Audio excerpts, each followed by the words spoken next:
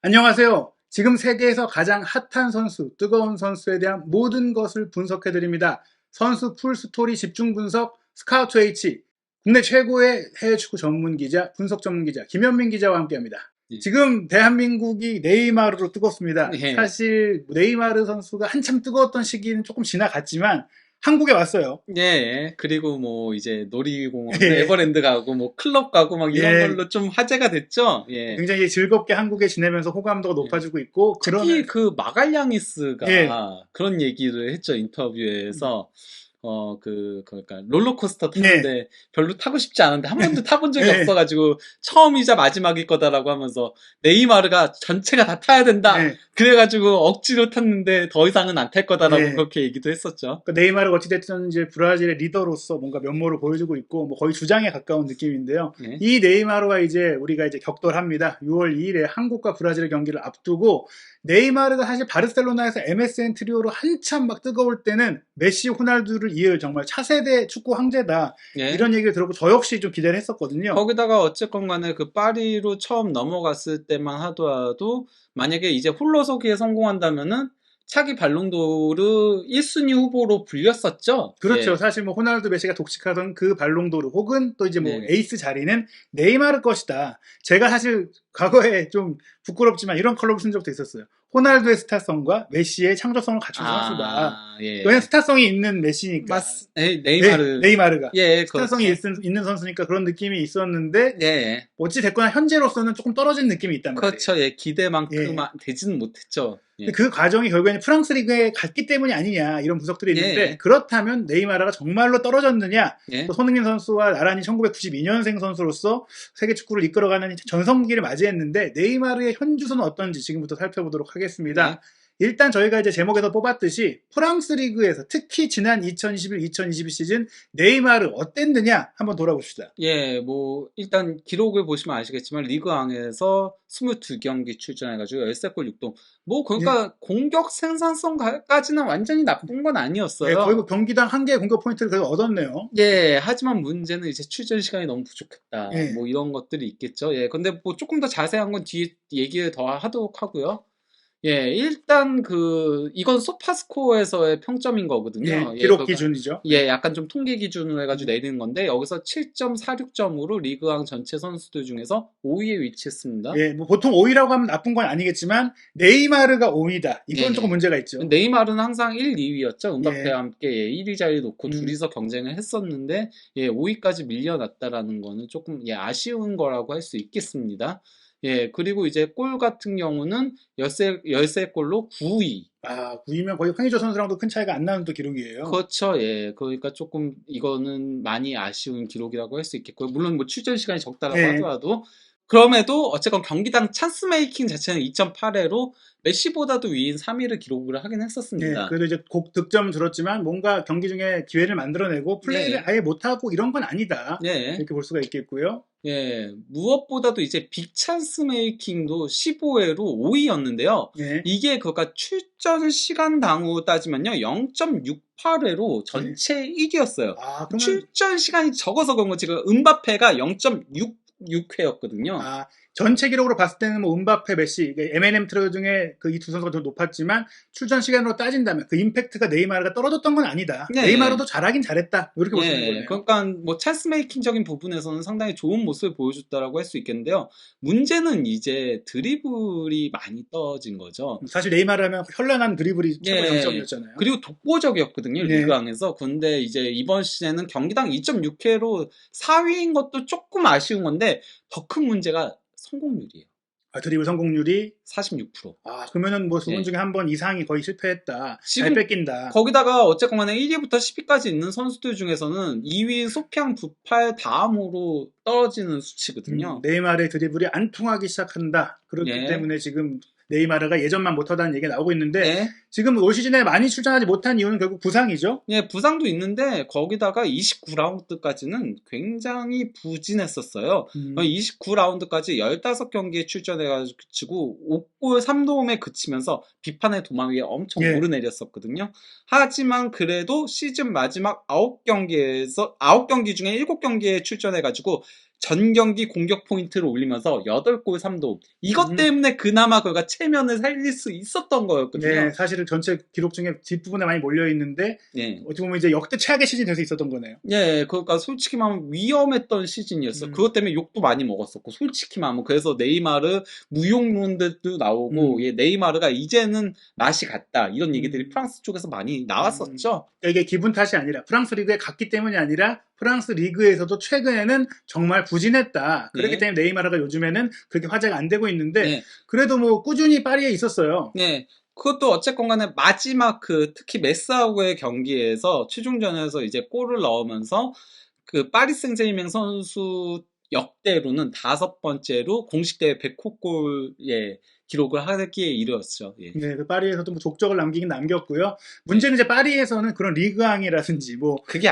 그런 걸 원해서 온 게 아니라, 예. 사실 챔피언스리그 우승하려고 돈 쓰고 있는 거 아닙니까? 근데 그렇죠. 예. 유독 올 시즌에 챔피언스리그에서 좀 존재감이 없었던 것 같아요. 예, 그러니까 골이 한 골도 없죠. 네, 원래 네이마르 하면 사실 바르셀로나에서도 그랬었고, 뭐 챔피언스리그 파리에 와서도 그래도 좀 이끌어가는 선수였는데 올 시즌 왜 이렇게 부진했던 거죠? 최근에 부진이 조금 이어지고 있거든요. 예, 저는 이게 그러니까 바이에른하고의 챔피언스리그 결승전부터 이제 그때 결정적인 득점 찬스들을 많이 놓쳤잖아요. 그래서 비판을 들었잖아요. 그때부터 조금 이어져 온 게 아닌가 싶긴 한데, 예, 이거 관련된 얘기는 조금 뒤에 하도록 하고요. 어쨌건 간에 파리가 네이마르를 영입한 거는 하셨다시피 챔피언스 리그를 위해서 영입한 건데, 그거에 대한 효과를 전혀 보여주지 못하니까 당연히 비판의 도마 위에 오르낼 수밖에 없었다. 예, 뭐 레알과 16강전에서 사실 뭐 2경기 모두 도움을 올리긴 했지만 뭐 그렇게 잘했다고 하긴 좀 어려운 내용이었던 것 같고요. 거기다가 컵 대회에서도 부상으로 한 경기도 출전하지 못했어요.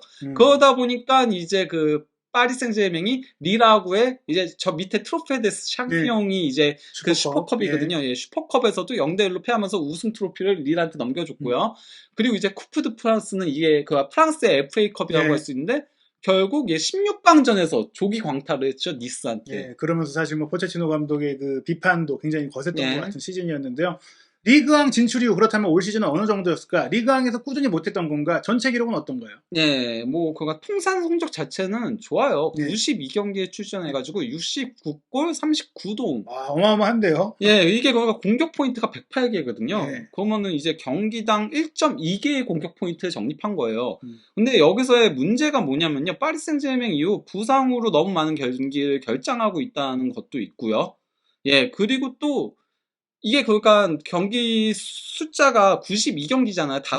5시즌 기준. 근데 리그왕이 38경기가 있잖아요. 시즌별로. 이렇게 따지면은, 그리고 또 이제 출전 시간 자체도, 그러니까 리그왕이 3,420분이거든요. 시즌당. 근데 저기 출전 시간들을 보세요. 뚝뚝뚝 떨어져 있잖아요. 절반이 안 되는 수치가 나오잖아요. 전부 다. 한 시즌의 절반은 거의 쓰지 못한다. 네, 절반 이상을 못 쓰는 거죠. 그러다 보니까, 출전 가능한 시간 대비 네이마르의 출전 시간이 45%밖에 되지 않아요. 거기다가 또 문제가 뭐냐면요. 데뷔 시즌 보면 20경기에서 19골 13도움이죠. 엄청났었죠, 그때. 예. 그리고 또 나머지들도 괜찮은 편에 속하는데 지난 시즌 18경기 9골 6도움이고요. 그리고 이번 시즌도 13골 6도움 뭐 나쁘지 않은 수치라고 얘기를 했지만은 2019-20 시즌에 15경기 뛰고 똑같은 수치였어요. 그러니까 경기당 공격 생산성도 지금 줄어들고 있는 추세라는 거예요. 지난 시즌부터 시작해가지고. 결국에 이 부진이 이어지고 있고 예전만 못하다는 것은 확실하게 드러나는데 챔피언스리그에서는 어떤가요? 사실 그전에는 이렇게까지 못했지는 않았던 것 같았거든요. 네, 그럼 뭐 챔피언스리그 기록 자체도 어쨌건 간에 35경기 29골 14도움으로 뭐 경기당 하나에 가까운 공격 포인트니까 나쁘지 않다라고 얘기를 할 수 있겠는데요. 문제 이번 시즌 골 없는 거 뭐 이건 얘기를 했고요. 더 큰 문제가 있습니다. 바로 토너먼트에서요. 챔피언스리그에서 우승하기 위해서는 토너먼트에서 어떤 모습을 보여주느냐가 중요하잖아요.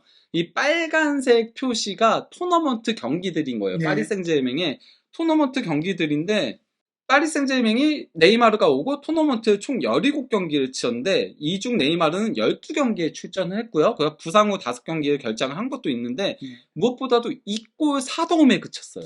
사실은 그 결승까지 갔던 그때는 좀 잘했던 것 같은데 몰려서 경기를 치르면서. 근데 그때도 솔직히 말하면 도르트문트하고의 16강전에 연속골 2골 넣은 거 제외하고는 골이 없어요.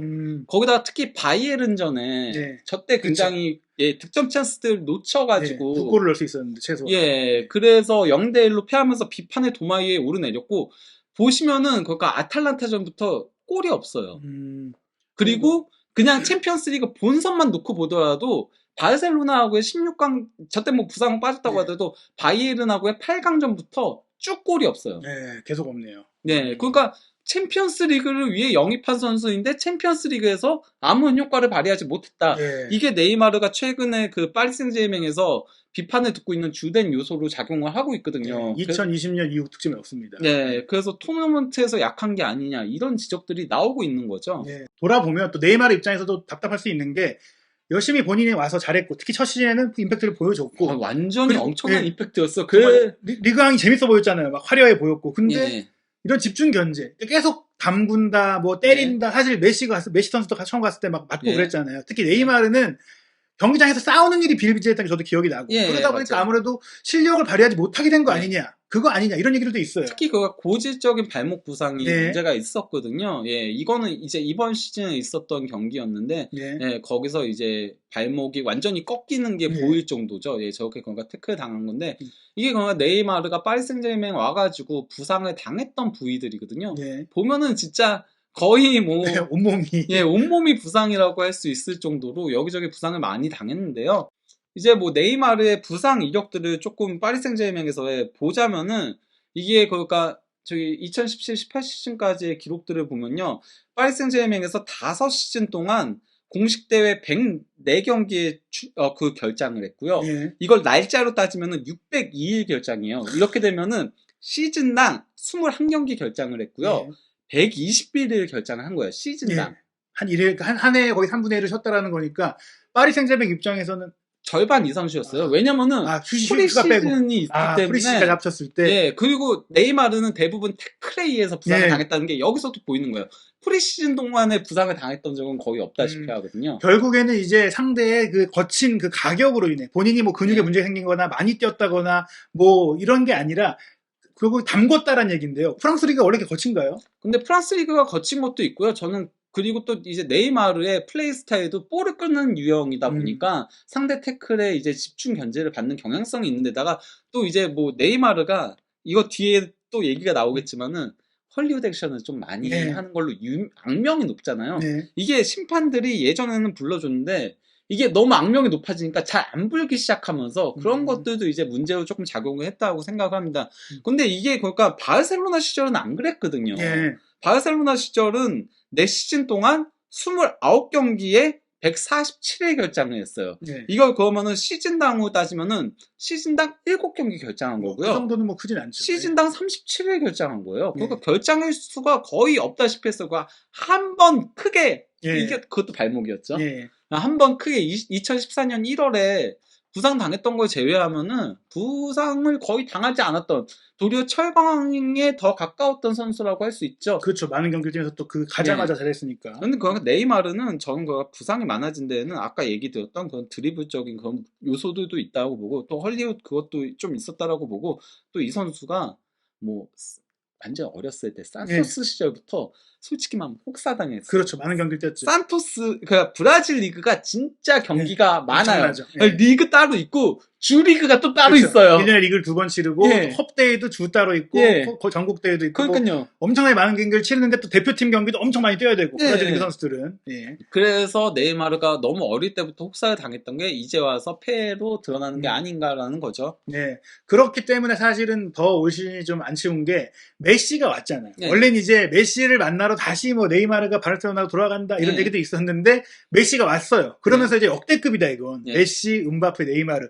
이거 어떻게 막냐? M&M 트리오가 MSN 되는 거 아니야? 했는데 별로 사실은 메시도 사실 그냥 그랬고 네이마르도 최악의 시즌이었고 어떻게 된 건가요? 이거는 그러니까 저는 일단 팀 자체가 음바페로 조금 개편된 것도 크다라고 생각을 해요. 실제 음바페가 리그왕에서 이번 시즌에 28골 17도움으로 득점왕이자 도움왕이거든요.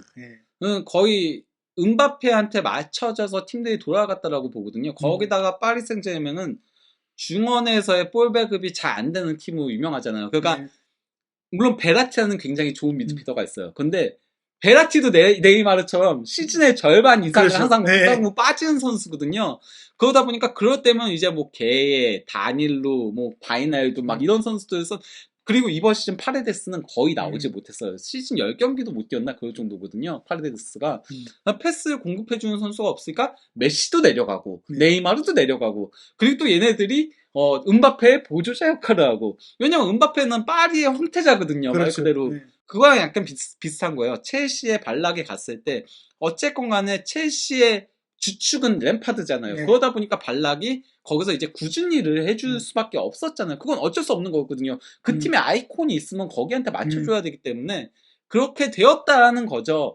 결국에 네이마르는 정리해보면 부상의 문제도 있었고 또 구단 팀의 전술상 또 위치상 본인이 좀 돋보일 수 있는 역할을 하지 못하는 것들이 겹치면서 거기에다가 또 이제 뭐 어떻게 보면 자신감도 떨어질 수 있었을 거고 많은 요인들이 좀 악순환이었다 이렇게 볼 수 있을 것 같은데 그러니까 메시 선수까지 왔는데 그런 게 좀 더 좀 의아해요. 네, 그 원래 기대했던 거는 메시 네이마르가 워낙 시너지가 좋았었잖아요. 바르셀로나에서 실제 아직까지도 그 역대 합작골 있잖아요. 최다는 메시 네이마르가 독보적이에요. 얘네가 거의 90골을 넘기나? 이런 걸로 알고 있거든요. 독보적으로 얘네가 가장 많고 그 다음이 레반도프스키 밀러거든요. 케인 손흥민이 따라가려면 아직 멀었어요. 상당히 큰 격차를 보이고 있는데 그 정도로 환상적인 듀오였는데 이게 시너지를 전혀 드러내지 못하고 있다는 거죠. 그리고 이제 그 네이마르가 은바페한테 많이 맞춰주게 됐다는 것들을 보여주는 것들이 경기당 슈팅 숫자가 반토막 났어요. 처음 막 왔을 땐 솔직히 네이마르가 돌파도 하고 슈팅도 하고 다 했는데 지금 슈팅이 절반 가까이 줄었습니다. 그래서 커리어 로우죠. 그리고 말씀하신 대로 드리블도. 드리블은 이제 제가 아까 얘기 드렸다시피 이건 뭔가 발목 부상 여파도 있고 그리고 선수들이 나이 들면은 드리블은 떨어져요. 그렇죠. 대부분이 리베리도 떨어졌었고요. 손흥민 선수도 모든 수치들이 다 올라갔다라고 제가 얘기 드렸잖아요. 손흥민 선수한테 하나 떨어진 수치가 있어요. 바로 드리블입니다. 그렇죠. 한참 젊을 때 쌩쌩할 때 드리블을 많이 하는 거고. 그때는 이제 스피드도 그러니까 손흥민 선수도 제가 그랬잖아요. 분데스리가 때 그 순간 최고 속도가 34.2km/h가 나왔었다고. 근데 지금은 그만큼이 안 나온다고 했잖아요. 그러니까 이거는 나이가 들면서 조금 어쩔 수 없는 부분도 있는데 근데 이제 수치가 떨어진 것도 있는데 성공률이 떨어지는 게 너무 크죠. 그렇죠. 한 경기당 드리블 성공이 2.6회면 사실 네이마르답지 않다. 네이마르는 3-4번은 제끼고 들어가야 되는데 안 되고 있습니다. 어찌됐거나 네이마르 선수 이런 좀 어려움을 겪었지만 그래도 네이마르인데 아직도 나이도 이제 겨우 30이고 브라질 팀을 이끌고 가는 선수인데요. 1992년생 중에 유독 또 사실 스타 선수들이 많잖아요. 손흥민 선수도 그렇고. 원래 그러니까 많이들 그렇게 얘기를 하죠. 87세대가 황금 세대였다는 얘기를 하고요. 그때가 이제가 메시 세대죠. 그리고 또 이제 92세대가 황금 세대라는 얘기들을 많이 들었잖아요. 그때 그래서 가장 원래 주목받았던 선수들이 괴체 네이마르 같은 선수들이었거든요. 그리고 이스코 뭐 이런 선수들이었는데 그래서 이거는 이제 2016년에 90미닛 있잖아요. 거기서 선정한 1992년생 베스트 11이었어요. 그래서 뭐 괴체를 톱으로 해가지고 이스코, 네이마르, 라멜라에 코케, 에릭센에 알라바, 데브라이, 파파도플로스, 카르바알에 이제 쿠르투아 이렇게 선정을 했던 거였죠. 상당수가 잘 됐지만 뭐 파파도플로스랑 데브라이는 뭐 사실 베스트라고 할 정도까지는 뭐 지금까지는 뭐 성장하지 못한 것 같고요. 데브라이는 그래도 괜찮게 잘하고 있지 않나요? 그리고 뭐 에릭센은 뭐 결국 괜찮지만 라멜라가 그렇죠. 라멜라 자리가 파파도플로스, 라멜라 자리는 손흥민이다. 근데 어쨌건 간에 제가 얘기 드리고 싶은 게 그게 있는 거예요. 이게 거가 2016년이거든요. 평가가 바뀌어가는 것들 한번 봐보세요. 이건 이제 글로브에서 뽑은 거거든요. 브라질에. 그러다 보니까 브라질 선수들이 좀 많아요. 이거 2019년에 뽑은 거거든요. 2019년에 뽑은 거에 이제 네이마르 토브 해가지고 마네, 살라, 좌우 측면 공격에 에릭센, 카세미르, 쿠티뉴에 이제 뭐 알라바, 카르바알의 무스타피, 데브라이, 무스타피, 페어슈테겐. 그러니까 92세대가 황금 세대긴 했는데 좀 센터백이 약합니다. 센터백이 좀 약했어가지고 그런 거였는데 어쨌건 간에 이거는 뭐 브라질 선수들이 조금 많이 뽑히긴 한 거지만은 그래도 이렇게 뽑았었던 거고요. 이거는 이제 2020년에 92년생으로 트랜스퍼 마켓에서 그러니까 이적 가치 몸값을 이제 책정을 한 건데요. 코로나 전이었죠. 뭐 1위가 네이마르 1억 6천만 유로. 그리고 뭐 2위가 사디오 마네, 3위가 뭐 살라, 둘은 이제 동률이고 또 이제 알리송, 테어슈테겐, 에릭센인데 여기서 이제 손흥민 선수가 등장을 하죠. 이때 챔스 이제 준우승하고 그 뒤에 프리미어리그에서도 꾸준히 골을 넣기 시작하면서 점점 올라왔어요. 손흥민 선수가 이제 좀 어느 정도 1992년생에 대표하는 세계적인 선수 중 하나로 자리가 잡았고 네. 지금은 좀 더 올라갔죠? 그렇죠. 이게 이번 시즌 기록, 현재 기록인 거거든요. 네. 현재 기록은 어쨌건 살라가 1억 유로로 최다고, 그 다음에 2위가 네이마르 9천만 유로, 그리고 공동 3위죠. 마네와 함께. 이 얘기는 그러니까 손흥민 선수는 솔직히 말하면 92세대 황금 세대들 중에서는 시작 시점에는 네이마르나 뭐 괴체나 뭐 쿠티뉴나 이런 선수들보다 평가도가 낮았어요. 그렇죠. 사실 그 비하기 어려웠었죠. 속한 구단의 위상이라든지 아니면 구단의 네. 실적 같은 것들을 봤을 때 네. 사실 좀 92년생 중에서는 이제 좋은 선수긴 해도 세계적이진 않았잖아요. 더 평가가 높았던 게 뭐 당연히 밑에 알라바라던가 베아트라던가 이런 선수들이 있었는데 손흥민 선수는 꾸준하게 발전을 하면서 올라왔다는 거예요. 네. 이게 중요한 거거든요. 그래서 솔직히 말하면은 그 92세대에서는 네이마르하고 괴체가 그러니까 유럽의 괴체, 남미의 네이마르 이렇게 해가지고 독보적으로 평가를 들었었거든요. 네.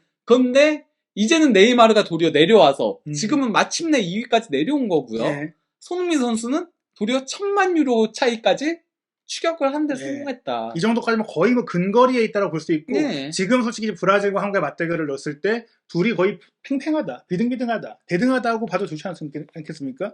예, 뭐 아무튼 예, 손흥민 선수의 그 발전상이 네. 대단하다는 거를 네. 예, 얘기하는 수치입니다. 네, 어찌됐거나 손흥민 선수 현재는 1992년생의 대표 스타 중에 한 명으로 꼽히고 있고 유독 또 레프팅이 많아가지고 92년생 네, 좋은 선수들이 그렇죠. 많습니다.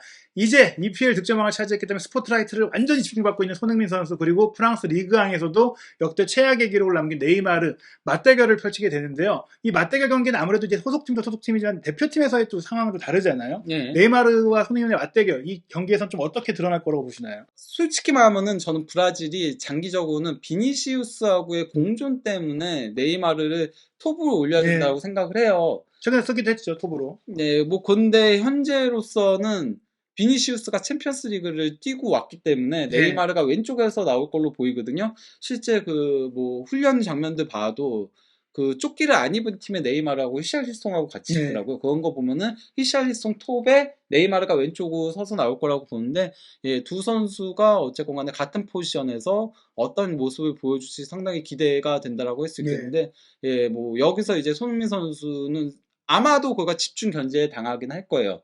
예, 집중 견제에 당하긴 할 거지만은 그런 만큼 여기서 뭔가 골을 넣고 한다면은 조금 더 주가를 높일 수 있는 가능성이 있다고 할 수 있겠죠. 네, 반대로 네이마르 선수를 막아야 되는 한국 대표팀의 걱정도 클 것 같은데요. 그렇죠. 결국에는 많은 팬들이 또 손흥민 선수와 네이마르가 어떻게 상대 수비를 공략하는지를 볼 것 같다.